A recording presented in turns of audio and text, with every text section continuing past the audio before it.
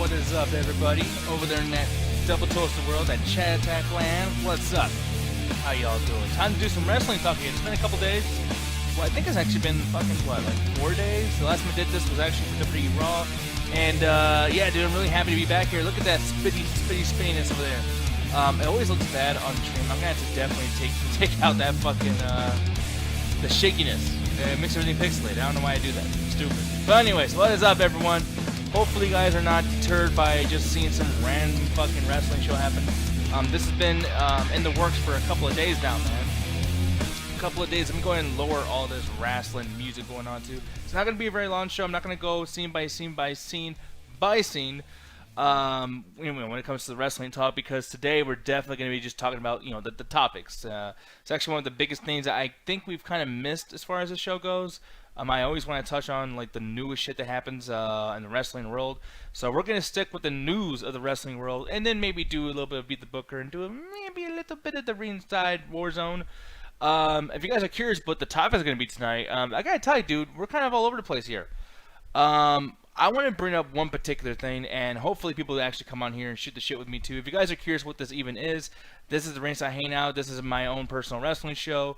I usually have Hovig join me on the show. I usually have some other people coming in the chat, shooting the shit. And any questions that you guys may ask me in the chat, I will definitely respond to, and it'll be fun. It'll be good times. I love bringing up just anything that you guys say in the chat, because it is a chat attack, and you guys pretty much own the show. Whatever you guys ask me, I answer pretty much right away.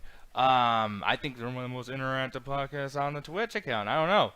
We'll see. I'm trying to beat anybody else that's competitive with that particular gimmick there. We are going to be interactive as fuck, all up in your face. The one thing though I will say is that we're also going to be pretty honest with shit, and I gotta get some bad news for the wrestling fans of Impact Wrestling.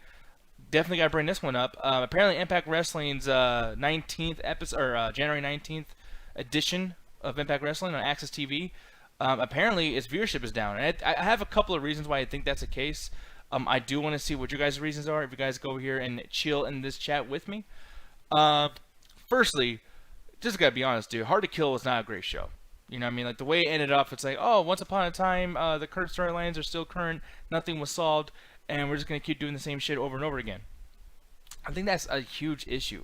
You guys should have easily made some storylines pop out enough where it's like, holy shit, I cannot wait to see what you can do with this thing and that thing and whatever the fuck. And unfortunately, it's just like not the case, man. Nothing really had an ending. I mean, we know Chris Bay is going to continue fighting, you know, for the, you know, the championship stuff. We're going to see fucking Rosemary continue doing her thing, messing with Tanel.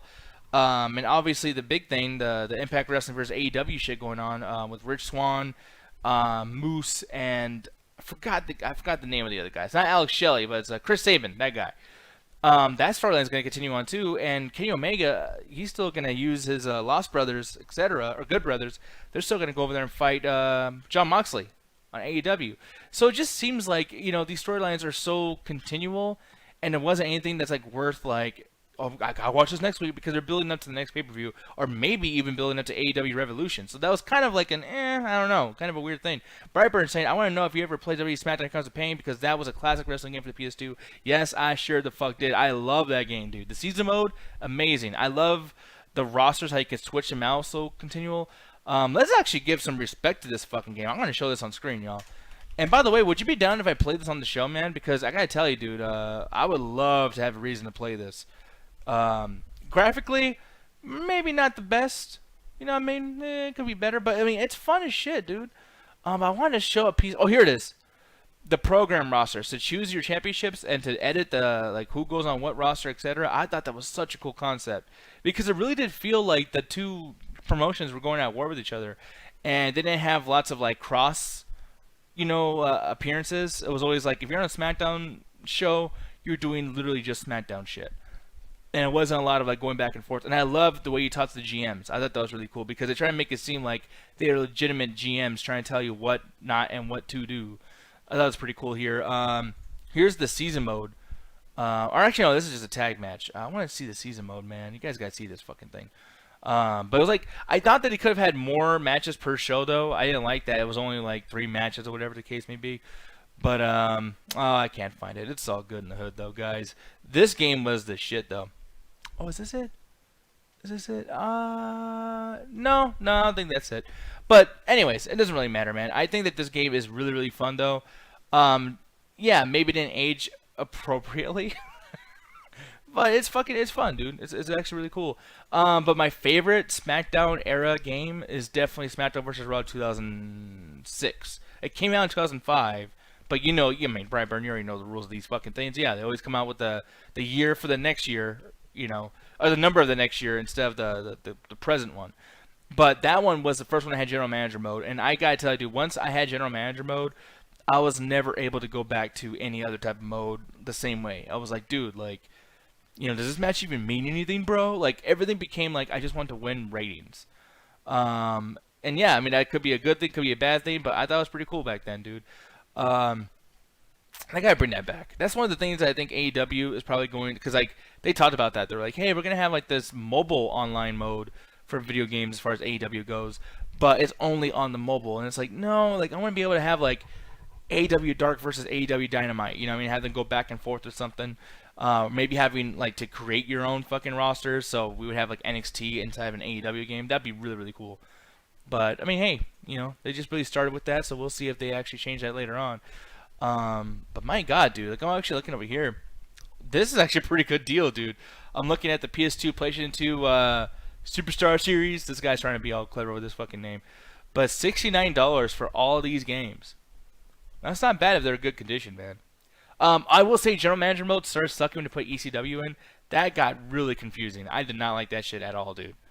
That was fucking weird. But anyways, to go back into that wrestling talk of, Impact Wrestling and all that good stuff, guys, I will tell you, like, yeah, I think they could have done a better job making these storylines mean something more. Could have been really interesting what they could have done. And they didn't do those particular things. And it's frustrating because I was talking about how much I was loving, AEW recently. Oh, Gene, what's up? Testing. You test those fucking testicles. I don't know what the fuck I'm talking about. You test those testicles. Fucking stupid. But anyways, guys, I want to show you guys something. So, over here, they were showing clips from the show before on Hard to Kill. And, all those like, oh, cool, we got new tag team champions. We got this other stuff going on. Lots of diva shit going on.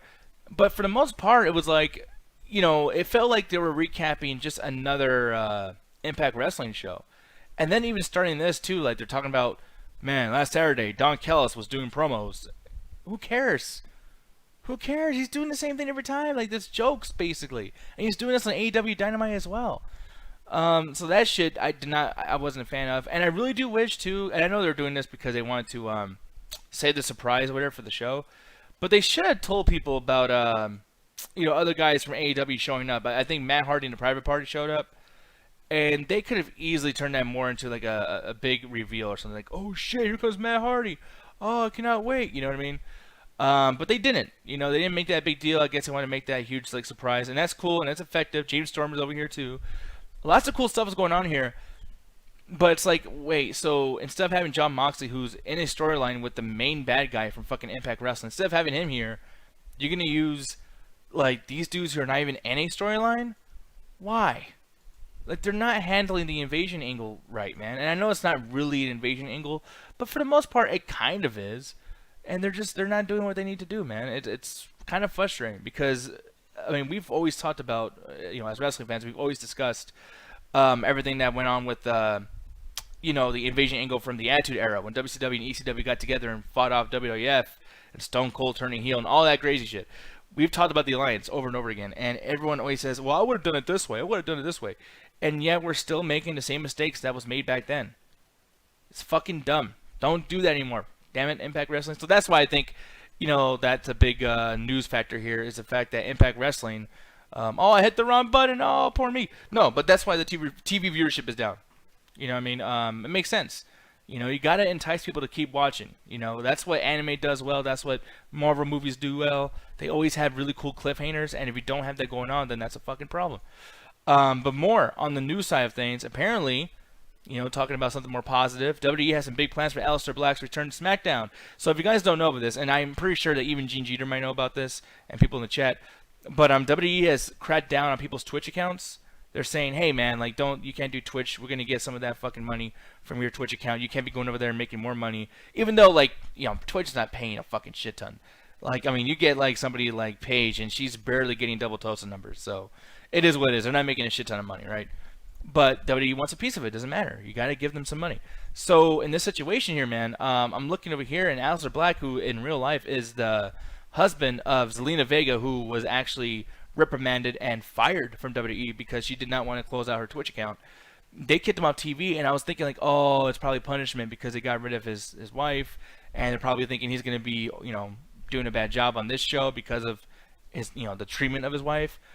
But I gotta tell you though, dude, no, apparently like they're saying that there's gonna be some big plans, and I'll actually read this story over here. It says, it has been a few months since Aleister Black has been on WTV, and there are some concerns from fans that his status after his wife, Zelina Vega, was released by the company. However, according to PW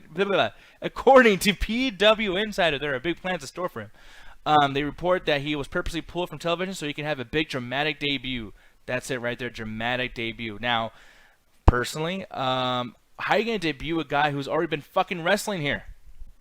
We know his name. We've been following him on NXT. We've been following him for fucking years now, dude. He's been doing this since 2016, guys. I'm just on WWE, by the way. And he was on NXT UK, which is another WWE property. We've seen the fuck out of Aleister Black. And they're like, we're going to give him a big dramatic debut. You don't have to do that. It's fucking stupid.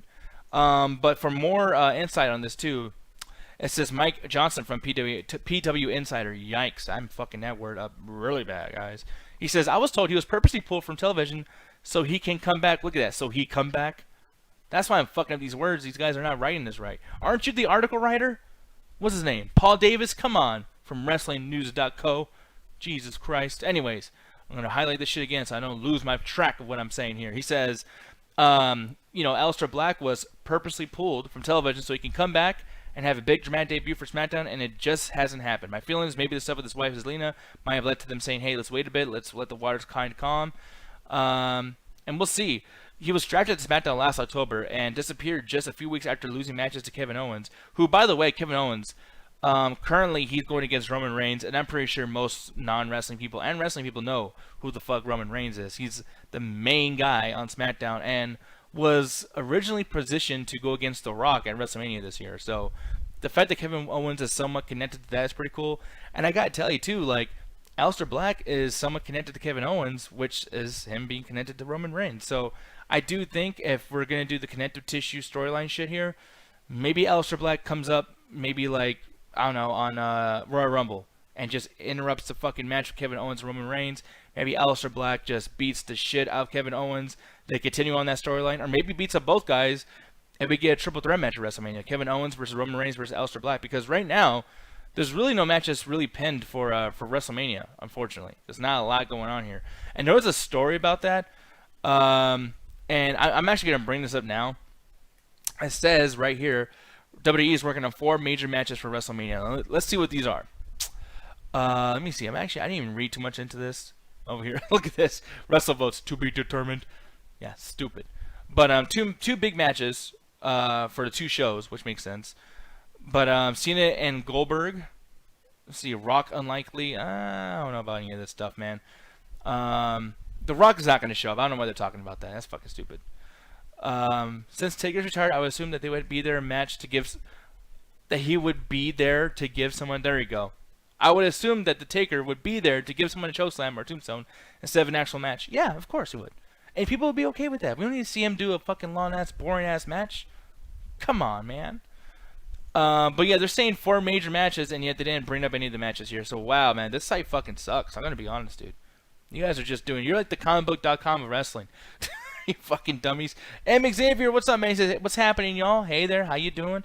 I've been playing some video games today, getting all my Steam stuff worked up. Going to be playing some Ark later on today. Hopefully you're having a good day, sir. He's saying Aleister Black and WrestleMania? That would be a crazy turn of events. And I agree, but I think that that's what they need. They need a crazy turn of events. I didn't expect Goldberg to come back to fucking go against Drew McIntyre at all. So maybe Aleister Black does come back. And that rhymed. It's pretty cool. Gotta bring this up really quick too. Oh, you're saying too, to be honest, most WWE legends should have cinematic matches. Yeah, like I think that'd be a really cool thing for The Fiend to do. That'd be like their whole like yearly or what was it, like every 6 months thing, like SummerSlam, WrestleMania, maybe a Survivor Series. The Fiend can go against someone in a cinematic match. I think that would be really, really cool. But then again, sometimes they get bad too. Like, I mean, we just watched that Randy Orton thing, and that was fucking stupid. It is a lot though that Goldberg is going to be beating Drew. I think so. I think that Drew needs something to chase because right now he's just so fucking. It's like that story with like that one guy. I think it was Alexandria or whatever. But like, you run out of enemies. You're just there like, God damn it! I wish I could fight more. I wish I had a reason to keep going. I think that's probably what's going on there. I don't know. Maybe not though. I'm just probably fucking stupid. Gotta bring this up too though. AEW files for interesting trademark. Oh, look at that. We're talking about AEW. We love it. Apparently there's going to be the trademark rights to the term Battle of the Belts. So I was hoping it was going to be Battle of the Brands or something because I would have loved to have them have like basically a Ring Wars equivalent of maybe a bi-monthly, not even bi-monthly, but like a tri-monthly, AEW versus Impact Wrestling thing. Like just have a huge show where they all go against each other. You have all the champions go against each other. You have all the fucking contenders go against each other, and then have like one big rivalry match. I thought that would have been really, really cool. But who knows what that case is? It says, due to the description, it appears that this will be used for some type of programming, but nothing regarding this trademark name has been reported this far. And here's the stuff over here, guys. I'm not going to read all of that. It's kind of crazy. This also says this comes after AEW filed to trademark the term Too Sweet and a new AEW Dynamite for merchandise purposes. Why can't I fucking read? Yikes. This is horrible. This is a bad, this is a bad showcase of my inability to fucking read and talk at the same time. But yeah, Too Sweet, if you guys don't know, is actually a Scott Hall, Kevin Nash thing they were doing. And then Bullet Club was doing that too, with Finn Balor and Nakamura and lots of other guys too. So I don't know which one of those things that this could be leading towards, but the fact that they, filed to trademark the term Too Sweet means that they had to be doing something with NJPW or Bullet Club, and who knows who can be part of that. I mean, honestly, I can't see them doing that and it working well without an AJ Styles. It's like when NWO was trying to do like this weird like click thing for a bit, and they're like, yeah, we see you, Shawn Michaels, yeah, you keep doing your thing over there. It's like, kind of stupid. Why don't you work with the characters you guys actually have access to instead of trying to feed off somebody that doesn't work for your company? Do that. Why are we still doing Too Sweet fucking 20 goddamn years after it was a fucking thing back in the day? It wasn't even cool back then. Too Sweet. It's fucking stupid. We just do a little hand gesture. Oh, it's a wolf. Fucking dumb. Xavier saying, yeah, is AEW trying to steal Bullet Club from New Japan? Probably, but I would imagine AEW is like, we're going to steal like some of your wrestlers. Like, dude, you can't tell me that they're not going to want to have Chris Jericho and John Moxley back. Like, dude, or Kenny Omega. Like, bro, I don't know. NJPW, if they're smart, they would do business with these guys because if they're already going, with Impact Wrestling and working well with them, there's room for another company to come in there and start doing shit. Oh, you like Too Sweet? Okay. I'll go easy on that shit then, dude. But what we call it? Oh, and this is a big topic I wanted to bring up too. This goes against the other fucking thing. It says WWE has no top matches locked in for WrestleMania 37. Yeah, and honestly, I feel like that's a good thing. You shouldn't really. You should see what people care about first before you start locking things in. Because right now, and Xavier, if you can, tell me what you want to see at WrestleMania 37. But for me, what I want to see Alexa Bliss versus Asuka. But like in a real, like legit badass match, like maybe in a Hell in a Cell or something kind of like gimmicky, whatever. I would love that. I would also like to see the Fiend take on somebody, maybe like Aleister Black, someone who is, could be undefeated or could be just some crazy badass just fucking everybody up. That would be amazing. And as far as like Legends matches goes, man, like why not have Shawn Michaels come back and have that match with AJ Styles? I mean, come on, let's see it. I want to see almost what's his name, AJ Styles' buddy. I would love if he goes against some other big dude. Like, fucking imagine him versus Braun Strowman. We're going to talk about that right now, too. Fucking Braun Strowman, man. He is gearing up to do something big. And the last time we saw him, by the way, was when he, I think he beat up Adam Pearce. He lost his shit because he didn't get his fucking big match or whatever. He wanted to have a title match. And he's in good spirits. If you guys don't remember, Braun Strowman has some emotional problems. He even told Vince McMahon before that he was going to kill himself if he went down the card, which is honestly really shitty. That's a shitty thing to do. Don't do that, people, to your bosses. That's fucked up. But another thing, too, it's like, he's getting the fucking shape of his life. Look at this. Look at that.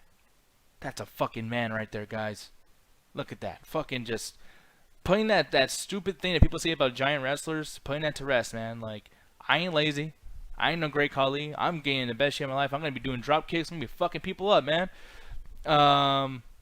Yeah, look at that. That's amazing. So I'm loving what Braun Strowman's doing. Guy's looking great.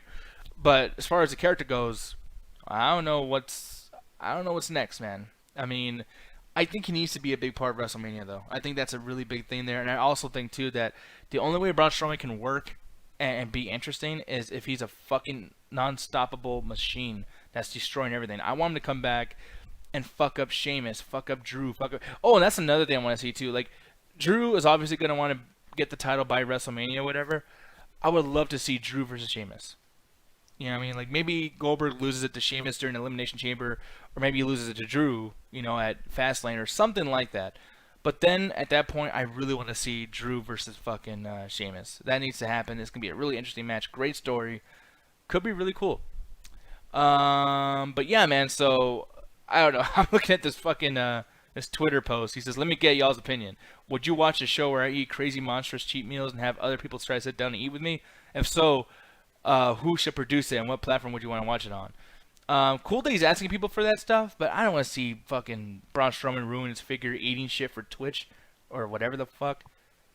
Just imagine that. Imagine like that advertisement like from W Network, like, hey guys, you might want to take advantage of this special deal. We got a special show where Braun Strowman eats. You want to see him eat? No, I don't. Why don't you work out more and beat people up? Isn't this a fucking athletic like show or whatever? I don't know, man. But here's the thing. I want to talk about this really quick too, because let's play some Be the Booker. Personally, what I would do at this point with Braun Strowman, I would have him come back and just fucking annihilate people on both Raw and SmackDown. I mean, he hasn't been here for a while. Plus, I mean, it's not like you got to travel in two different places. I mean, everyone who's on SmackDown can easily go to Raw and vice versa. So it wouldn't be a big deal to kind of like stop the brand extension shit at that point. But Braun is technically suspended right now, so it would make sense if he comes back and fucks up Roman Reigns, then goes to Raw, fucks up people over there, and then maybe he's the connective tissue that maybe brings these titles together. Where, hey, would it be a bad thing if, you know, Drew, or not Drew, but like Roman Reigns, Braun, and Goldberg have a triple threat match for the title, or for both titles at WrestleMania? That'd be great. I would like that. I also like if, you know, maybe Braun comes and wins the Royal Rumble, and he's like, I don't want one title, I want all the titles. You know, almost like a feed me more thing, like with Ryback. That would be the best thing. If I was the booker, I would have Braun come back at Royal Rumble, eliminate everybody, break fucking Roman Reigns' record, and have Braun be like, I'm the new guy who holds the fucking most whatever the fucks. And then just have him take on both champions. And then when WrestleMania comes along and Braun wins both titles, now he has every reason to go to both shows and fuck him up. And you'll never know when he shows up, by the way. It'll be a thing where it's like someone has a storyline, and then another person has like some heel storyline, and Braun can come in for a comedy bit and fuck somebody up who's talking too much shit in the ring, doing a long promo. Or he can do some serious shit with Roman Reigns. He can do both. He can literally work out both his comedy muscle and his badass monster muscle. And that would be like amazing TV for a few months. But then, right when Money in the Bank is about to come up, the big storyline is that right before Money in the Bank happens and we, you know, say that Miz's contract has expired, The Miz finally beats Braun Strowman. Now we have an hilarious comedy bit with The Miz defending against Braun, but then all these other people that have been beating up Braun, now they're going after The Miz. So now you have The Miz, Braun, and tons of contenders. And by the way, it's on fucking both shows. Like, you know what I mean? So you can even have a thing where maybe like Miz wins the title, but he's like, I won both titles. That's what the Money in the Bank was for. So the first time ever Miz makes history, wins both titles with that Money in the Bank briefcase, and maybe he loses the match on purpose to John Morrison. So now Miz and Morrison are both the world champions. Like, it all makes sense, guys. This would be fucking amazing. Miz and Morrison as the tag team world champions, beating someone who's unbeatable like Braun Strowman, and then they regret it because for comedy reasons they had to fend off the entire fucking roster because Braun's pissed off everybody, and in his attempt to get these belts back, everyone's going after Braun too. So Miz and Morrison had to fight off everybody. It's like a fucking war. I think that'd be a fucking 6 month, a really good storyline. So Be the Booker wise, that's what I'll do. Chat, if you think it's fucking a bad idea, make sure to let me know. If you think it's a good idea, let me know. But I want to know what you guys would do. Be the Booker wise, what would you do with Braun Strowman? because I do think that this guy is earning his spot to be in a really good storyline, and they've never really done that for him before. That Fiend thing was fucking stupid. So yeah, maybe you should do something with this guy, because like I said, dude, like to be in that shape and to be just that badass, like I don't know, man. I got lots of respect for Braun Strowman, man. He's pretty incredible. So here's the thing, though, guys. I'm gonna go over here and look in that chat really quick. I want to say Topless Strand, M. Xavier, Frozen, Void, Enigma, Crossing the Six, Cajun Cameron, Bluey, Violet's TV, and Vaughn the Stampede. I see all y'all in that chat. I want to say thank you guys for watching. I appreciate it. I love every single bit of you guys. I do wish we can actually do some more talking, even if you're not into wrestling. Come in here, shoot the shit with me. Talk about fucking comic books. Talk about how you don't like wrestling. I don't give a shit, but I like to talk to you people. It's fucking fun. It's super cool, and it gives me something to feed off of. You know what I mean? So if any of you guys have anything to say, I will read it on screen. But while I'm actually segueing into doing that, I do want to say, though, that tomorrow we're going to be back for the chat attack. We are going to be doing some possibly Resident Evil gameplay, probably some Call of Duty Warzone, and I'm going to be reviewing this documentary on Netflix called Crack, episode 3 of WandaVision, and this movie that's on Netflix called Vanished. So 3 reviews, maybe some gameplay stuff, maybe some news, and boy, oh boy, I can't wait for Sunday, because Kong versus fucking Godzilla, the trailer finally comes out on Sunday. So lots of stuff planned for the weekend, guys. I cannot wait for you guys to be part of it. It's going to be fun as shit. And with that said, dude, I got nothing else to say. I really don't. You know what I mean? I love you guys, though. You guys are the shit. Music is out playing. You guys take care. Y'all the shit. Enjoy this video. Goodbye. And stay toasty. And that's the chat. I'm gonna find somebody great now. Find somebody great. I'm gonna find somebody great. Where's that first one? Great. I'm gonna find that first one.